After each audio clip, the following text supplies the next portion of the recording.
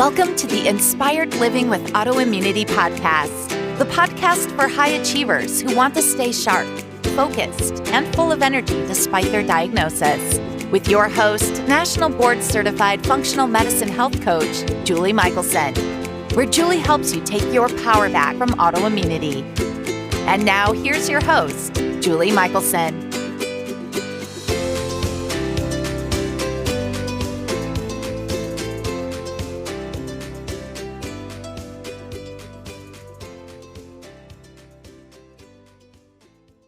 Welcome back to the Inspired Living with Autoimmunity podcast.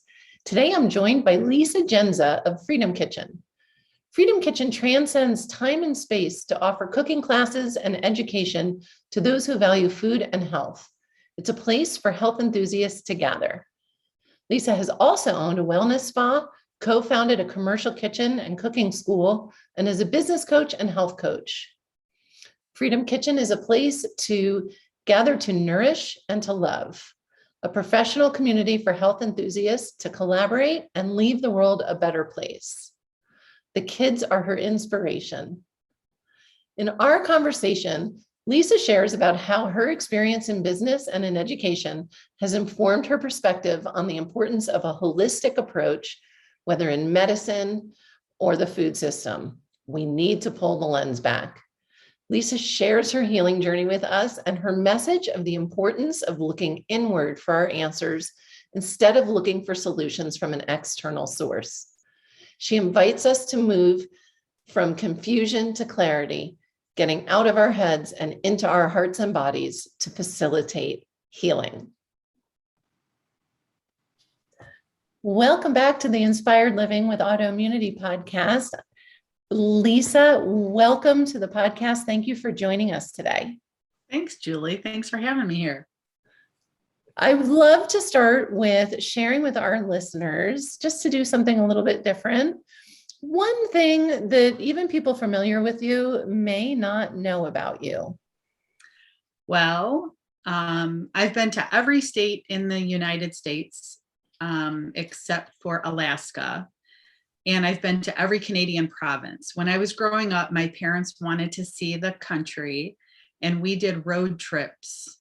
So I have been on road trips and camped in every state except for Alaska. It's the only one I haven't been to. And then we did all of Canada. We did the Canadian Rockies and all of the Canadian provinces. So I have seen a lot more of this country than probably most people.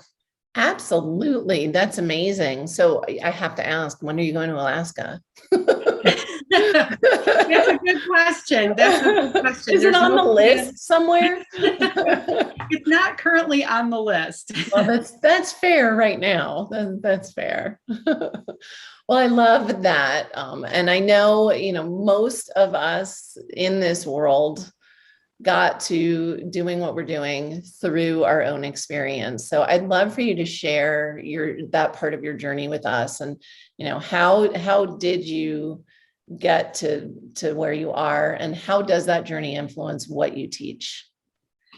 I think most health coaches. So, in my age group, there was no such thing. Age group, yes. Our age group, yes.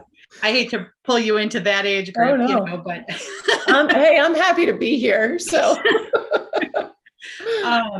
so there was no such thing as a health coach, when I was growing up, and so I have my beliefs on why that has even emerged as an opportunity or a business, which clearly was the failure of another system, and I think that I got here due to the failure of my diagnoses. And I like to mention, so, the short version is by 36, I had type 2 diabetes and fibromyalgia, and I was over 200 pounds, and I had brain fog. I couldn't concentrate anymore. But if we back the story up, by age 5, when I have any recollection, I had chronic bloating, to the point that my parents would talk about me looking pregnant. I could roll my belly because I would get very bloated, and then the bloating would go down. And then, I knew as a teenager, when I took carbohydrates away, I felt better. I already knew that as a teenager. Wow. at 18, my triglycerides were over 300, and I had 3 doctors walk in the room. We had a new HMO. My parents were so happy because it was all like team doctors now. So I went, and they, not just the one doctor, 3 of them come in the room, and they're like, your triglycerides are over 300, and we just really don't know why. We think it has to do with fried foods and fast foods, so avoid those. Well, it was carbohydrates, it was sugar. And so that was misdiagnosed from a young age. At 24, I was in braces for carpal tunnel. Wow. At 26, we were talking surgery for carpal tunnel. At which time my ankles were also chronically hurting every day. And the doctor told me, take Advil. I said, but my ankles hurt every day. And he said, take Advil every day. I said, you want me to take Advil every day? Wow. So let's just string all of these together. From age 5, I had digestive issues. Is the gut related to the rest of the body, Lisa? Well, I share this because people aren't always connecting the dots, and they look at everything as an isolated, and we'll get into why I think we look at everything isolated, but we look at everything as an isolated event, as if my ankles aren't connected to my wrists, and they aren't connected to my brain fog, and none of it's connected to the high triglycerides. So it takes a sleuth to put this together, because the medical profession treats all of those individually. Well, you have all different specialists for each body part.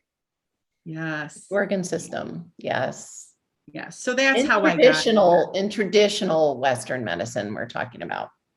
Yes. So that's how I got here, is I had to do my own research to get my health back. And there's a saying that says, we don't want to invest in our health until we lose it, and then we'll pay anything to get it back. And that's the truth. When you don't have your health, you are not productive. You lose your livelihood.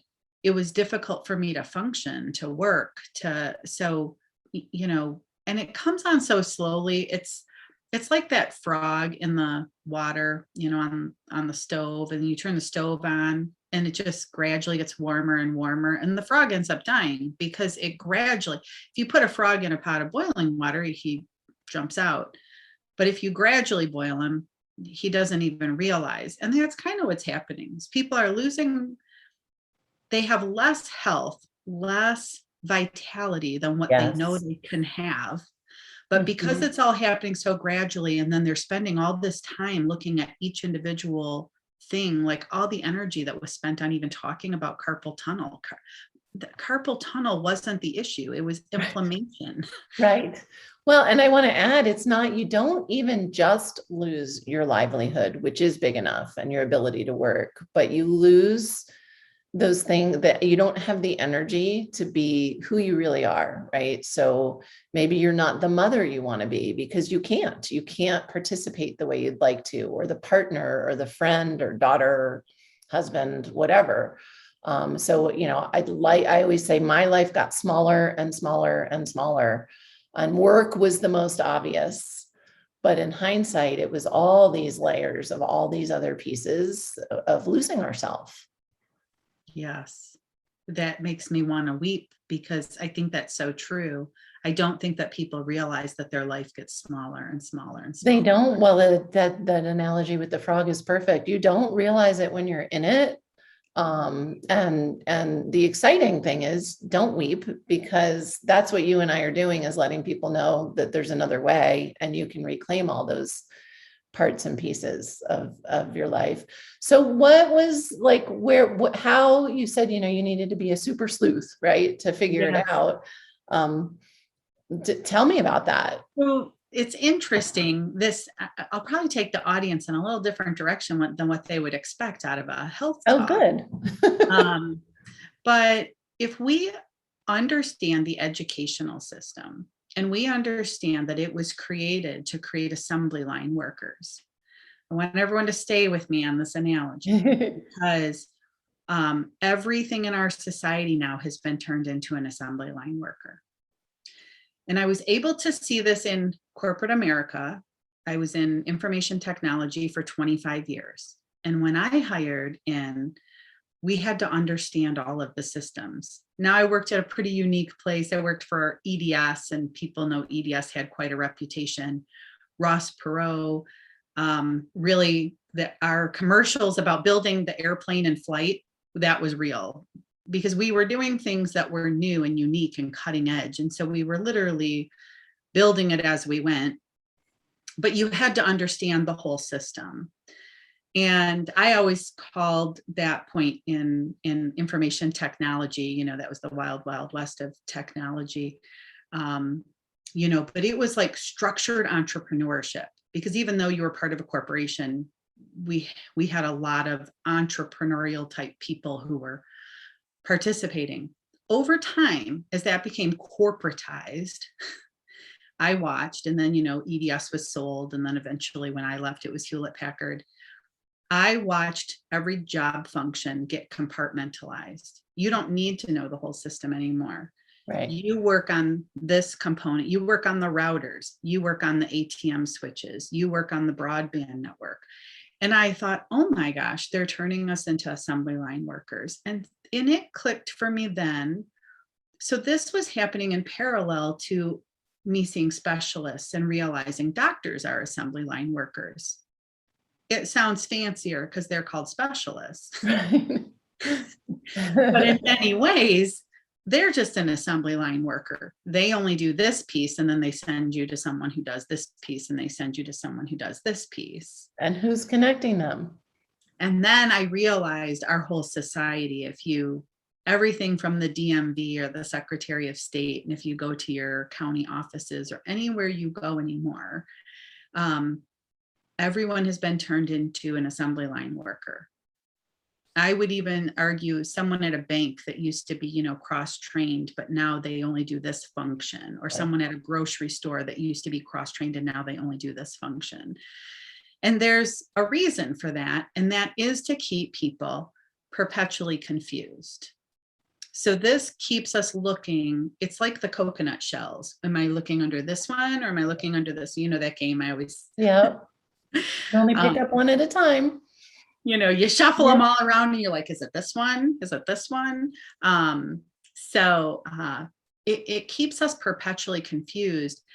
And on top of that, we have been conditioned since a young age to look outside of ourselves for the answer. That's why we had to go for all those well-child checkups with the doctor when we were young, to condition us that the doctor knew best.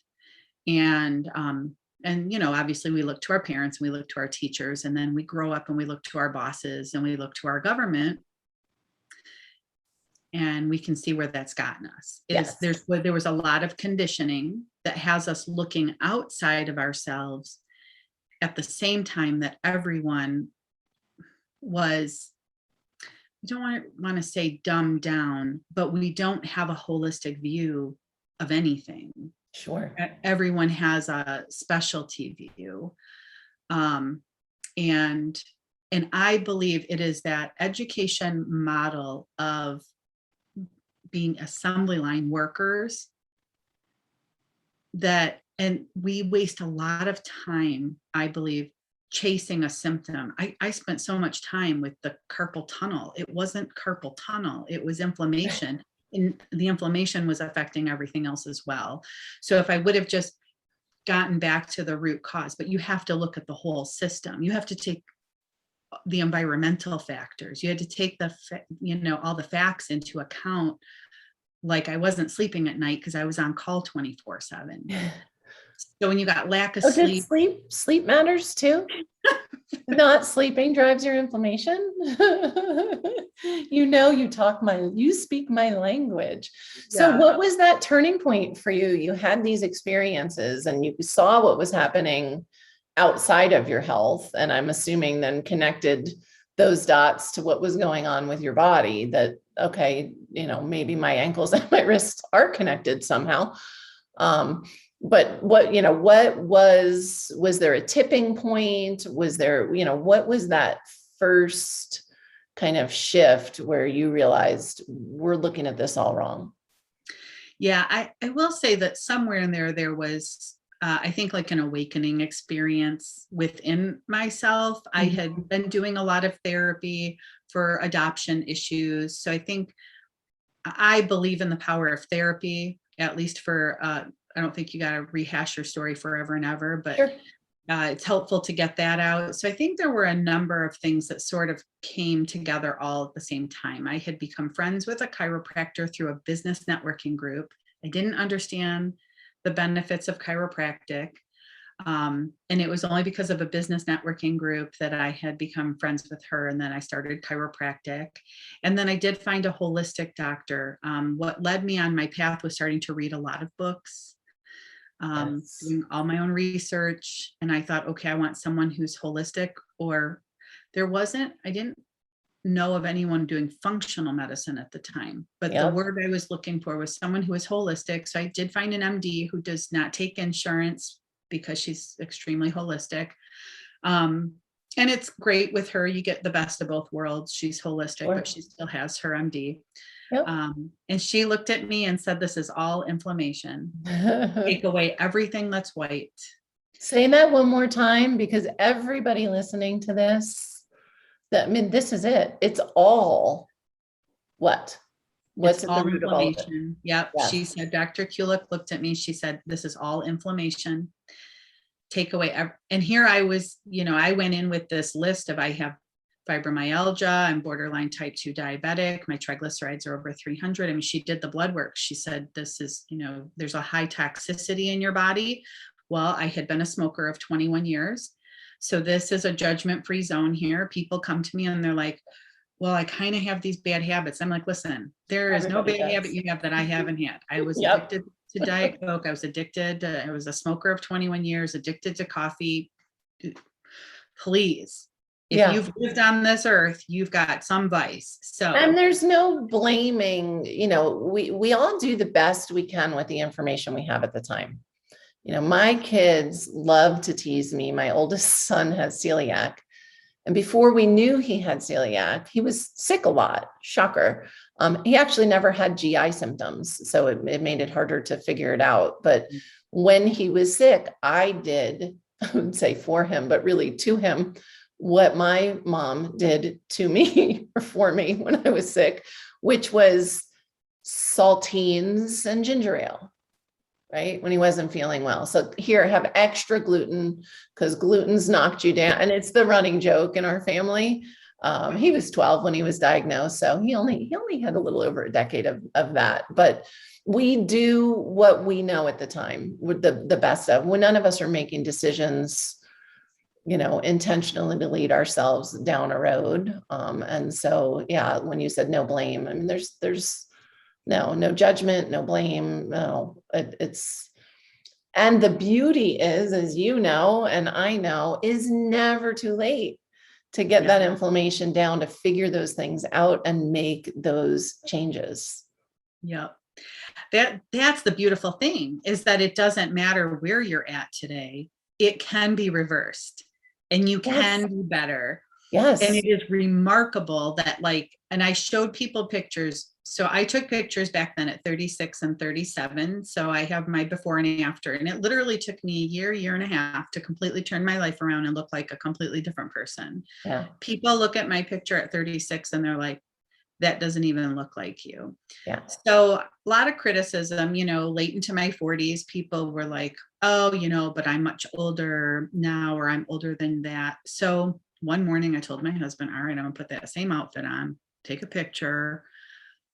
There's no filters, no nothing. And I'm like, this is 10 years later. I don't know, I could be delusional, but I think I look better. You look amazing. You do look better. I've seen the pictures. You do. Yeah, I'm like, maybe I'm biased. I don't know, but I think I look better. And so I'm showing you it's possible. Yes. That you can turn things around and you can not only feel better, but you can look better. And I tell people who come into my program, it's not about the weight. The weight will come off. It's about how you feel, because the weight is just a symptom as well. But trust me, when everything starts to feel good, you're going to be so happy, you just radiate. Absolutely. Absolutely. It is remarkable. It's exciting. I used to get upset the first, I don't know, a few years I was coaching. If somebody was referred, often, someone will be referred by their functional medicine doctor, but for, inflammatory issues, and sometimes significant, but all they would care about was the weight, right? Like that was, and it used to really upset me in the beginning, like, no, don't you understand? And I would explain, like, when we hit it right and we address what's causing the inflammation, the weight will fall off. And now I finally am like, oh, silly me. Use it.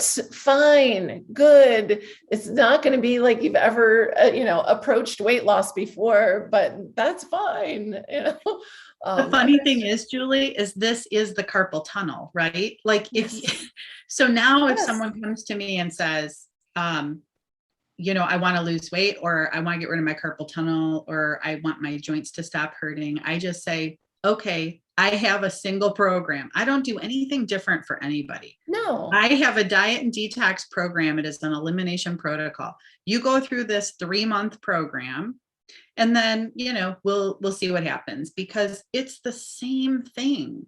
Absolutely. It's like all, yes. Yeah. Yeah. So you touched on very briefly, but I know one of your symptoms was brain fog. Yes. And I know you have this wonderful ebook. So I want to have you introduce our listeners to this idea of from confusion to clarity. Yeah, I think in all of my years of owning my wellness spa, so when I left my day job, my corporate America job, I bought a wellness spa and started doing detoxification treatments. So I was fortunate enough to talk to 4,000 plus clients who came through my doors over those years. And the common denominator, the common theme seems to be, I'm just so confused, Lisa. I think I'm eating healthy. I don't know what healthy is. I mean, I'm doing this. I made this change. I'm just so confused. They would go on their diets. They would lose a bunch of weight. They would gain it back. They'd say, I'm just so confused. I'm just so confused. So over those years, as I was studying detoxification as well as nutrition, I would ask a lot of questions. And the confusion seems to be because the more information, we live in the information age, the more information we take in, the more confused we get. Sure. Because we've lost touch with our intuition and we have no discernment to decide if this is right for me or not. There is a place for information, for research, sure, but then there can actually be something as too much information.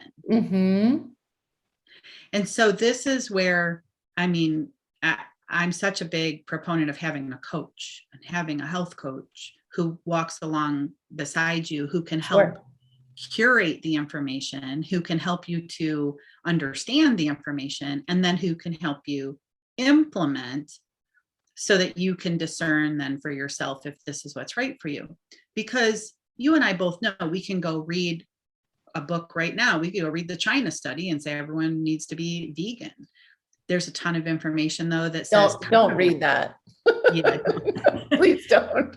Well, it's kind of dry. I don't know if most people are going to go read that, but there's research on both sides. And so I know early on, and even in my own life, I had to keep implementing things to see, like, some things I knew intuitively right away, like, oh my gosh, I need to juice. I knew I needed to juice. I knew I didn't eat enough vegetables.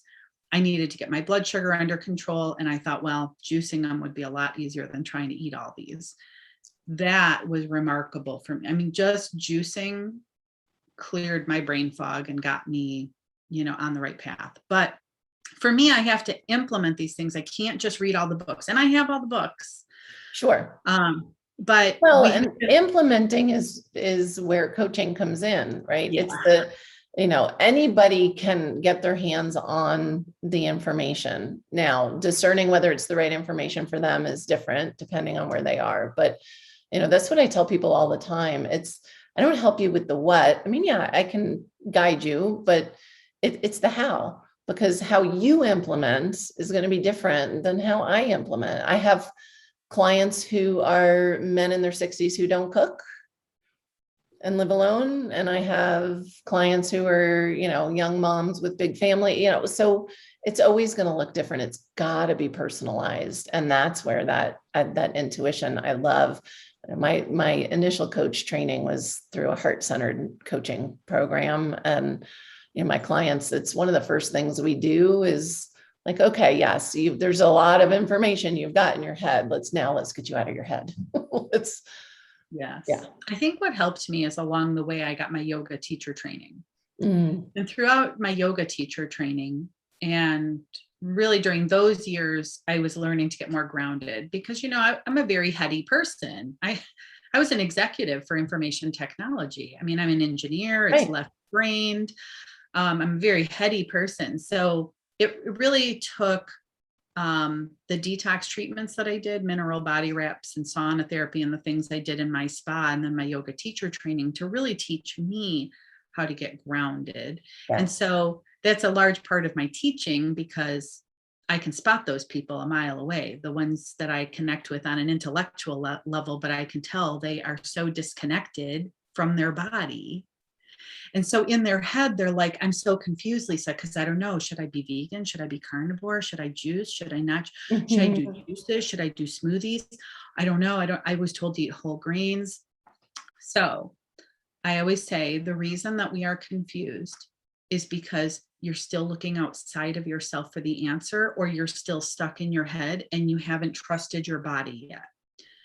So we have to re-engage this connection and help guide them to their intuition or their heart, but we have to get them to their gut, their heart, Yes, both, so that they can feel what's right for them early on. And I caution people, I say, oftentimes people will teach what has worked for them. right. So in the early days, it's kind of immaturity in coaching. And I did the same thing. Oh my gosh, juicing's the best thing in the world. Everyone juice. Well, that's not necessarily true, right? They might not need to. But then I was like, everybody needs to give up dairy. Dairy is the devil. But I have clients who can handle dairy. Yeah. Some people, gravitate towards meat. Some people don't. There's no one right way. And where I get, there's enough division in our world. Where I get more frustrated, even within our community, is when things are made wrong, Right. or there's only one right way. And so I think the best thing that we can do as coaches is guide them through a process to find clarity. And that the best ideas are their ideas. Sure. So we can guide them like, try this and this and this, and then see how you feel. And when they determine this made me feel really good, it suddenly is their idea. It's not your idea or my idea. Yeah. It's their idea. And so I think that experiential process of working with the coach and implementing changes so that you can literally embody those changes, because the confusion is up here and the clarity is in here. She's touching her heart for those who you can't see. Oh, yes. For the audio listeners. So I know this journey has led you, it sparked this desire in you to teach kids cooking classes. Tell me a little bit about what drove that decision. Yeah, so I had actually said no when they first talked to me about it, and I hired a retired teacher and I love her as a person, but I watched her classes initially and I wasn't very happy with the food choices or the lessons. And I thought, these need to be healthier. Like, these kids can learn better. They don't need to learn how to make chicken nuggets. Right.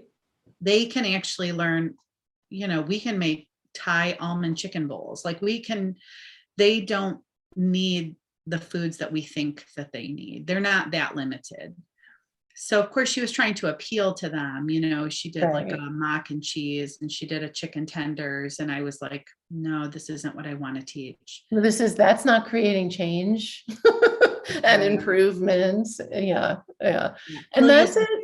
I hear that all the time from my clients who are parents, well, then I need to double cook because my kids aren't going to eat vegetables and this and that. And it is so not true. I have a client who had 4 kids living in her house at the time that she did her first elimination diet, and she didn't cook, and she was running her own business, and her husband did the cooking, but he cooked one way, and that wasn't going to work for the elimination diet. And we joke all the time because, and she happens to also be a friend of mine. So this was a few years ago, but I still see her, and I still see her husband sometimes. And she now cooks. He'll grill a little in the summer. It's completely shifted the family dynamic. The kids no longer take, junk meals to school. She started with just because she couldn't possibly double cook. The dinners, were on plan for her, but she was still sending the kids to school with stuff that they shouldn't be eating, but all the other kids are eating. And now her youngest, who's in elementary school, oh my gosh, would you adore him? He loves to cook, and he loves to show me the healthy lunch he makes with his veggies and and these are the kids that she was like, they're never going to eat this. They love it. Yep. That's maybe experience. Not the first time, but over time they really, and I believe it's because literally our cells are happy when we're actually nourishing them. And I think kids can feel that kind of energy. They may not know, in their heads, but they're not in their heads all the time. They're in their bodies and their hearts and their guts. And so it's one of the greatest gifts, as you know, is when you change that. I may be working with a mom, but look at the gift for those children that all of a sudden they're eating real food. So we think of cooking as a chore. And so I encourage your audience to hear this differently. Kids look at cooking as art. Yes. Adults look at it as a chore. If we can provide cooking classes, healthy ones, because most of them aren't out there. I've checked many out, and they're teaching the same old terrible stuff, and box mixes and everything. My daughter had to drop her cooking class in high school because in order to even pass like the quizzes and tests, she was like, I'd have to lie, because they're wrong. They're still teaching, that old model that got you sick and got me sick is still what's being taught in school.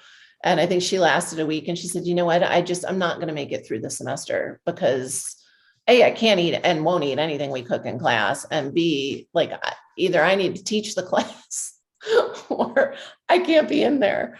So, right. Yeah. So I do caution that you can't just go to any cooking class, because if they're using, box mixes, unless it's being taught by a health coach, you're probably going to get a lot of the same old stuff.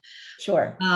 Which is why during quarantine, in all of my glory and weight gain, and it was a rough year, but I was like, I have to record my classes.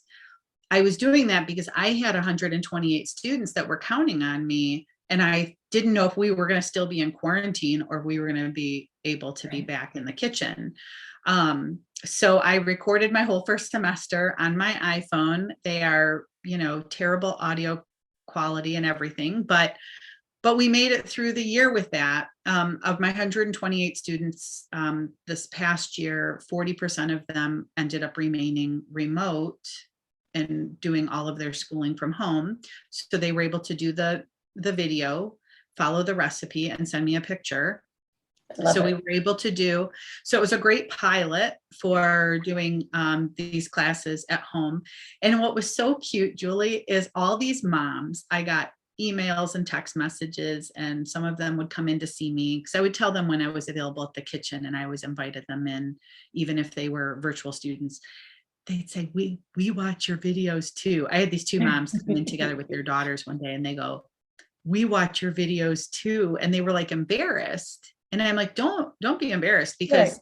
I've been teaching adults longer than kids. So everything in there is content for you too. I'm trying to teach the whole family, which really, as soon as I heard that from some of the moms in the very first semester, I started doing video messages. So all of my emails to the parents are video messages. And I explain to them what I'm using, where I'm getting it from, why I'm using it. And I say, please watch the videos with your child, because they're learning in my kitchen, but they're living in yours. I love that. And that will create more confusion. And I don't want them to come to you and say, well, that's not how Miss Lisa does it. That's all you need. I want to make sure before we run out of time, because I know a little bit about this already. I want our listeners, though, to hear from you. Share, what is your vision for the future? Because it's big. It is a really big vision. Freedom Kitchen is about setting ourselves free from the corporate structures. There are 10 corporations that control all of our food. And I won't get into all of the details today, but suffice to say that 2/3 of our world's food supply is controlled by the pharmaceutical companies. And I don't think people understand that. Say that again. Yeah, 2/3 of the world's food supply is controlled by the same corporations who control the pharmaceutical companies. So the same corporations that are treating the diseases that are being caused by the lack of nutrients and nutrition in our food. Yes. Are controlling the food.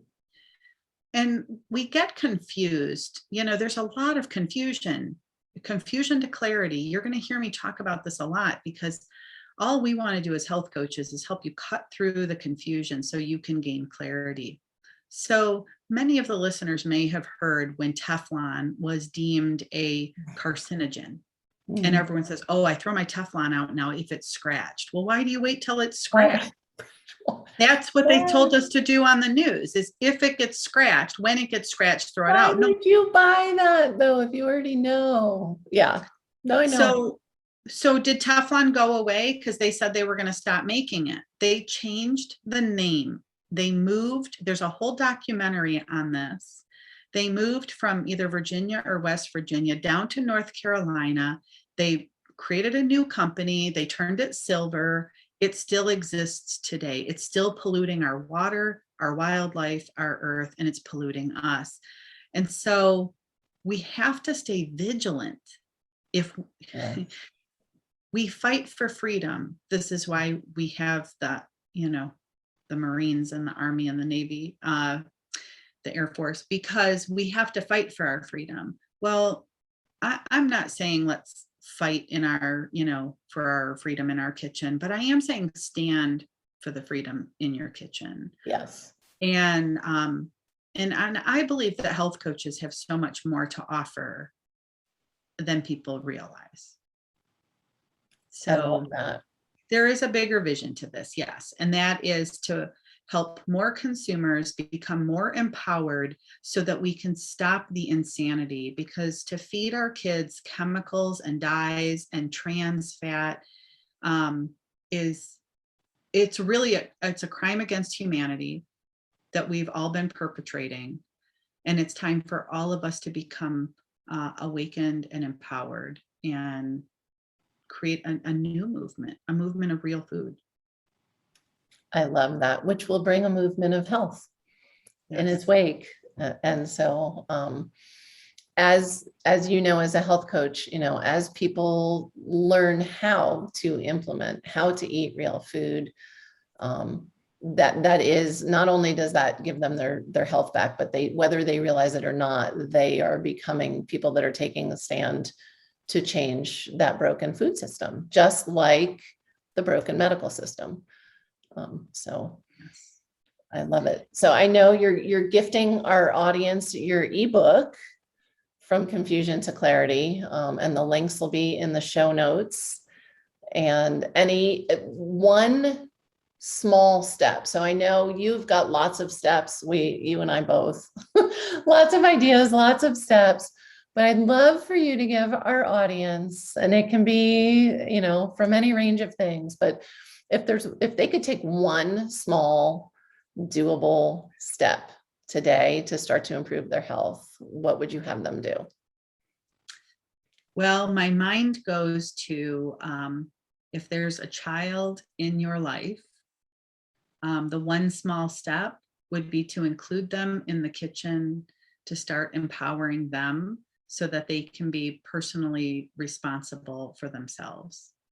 I love that. And nobody else is going to say that. You guys can listen to tons of episodes.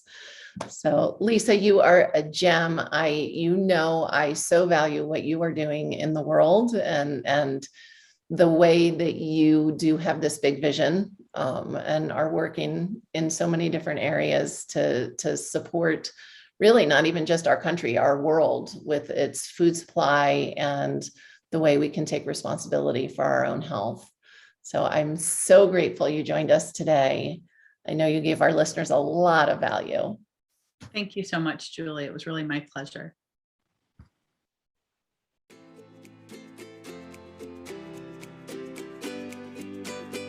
Thank you for listening to Julie Michelson's Inspired Living with Autoimmunity. Did you enjoy this episode? Please like, share, and subscribe wherever you listen to podcasts. If you'd like to get a transcript of this and every other episode, just head on over to inspiredliving.show or click on the link in this episode's description. There, you can also find everything we discussed in this episode, including links and information about our guest. You can even send in your questions to be answered by Julie in a future episode. That's inspiredliving.show. Until next time, this is Julie Michelson's Inspired Living with Autoimmunity podcast, helping you take your power back.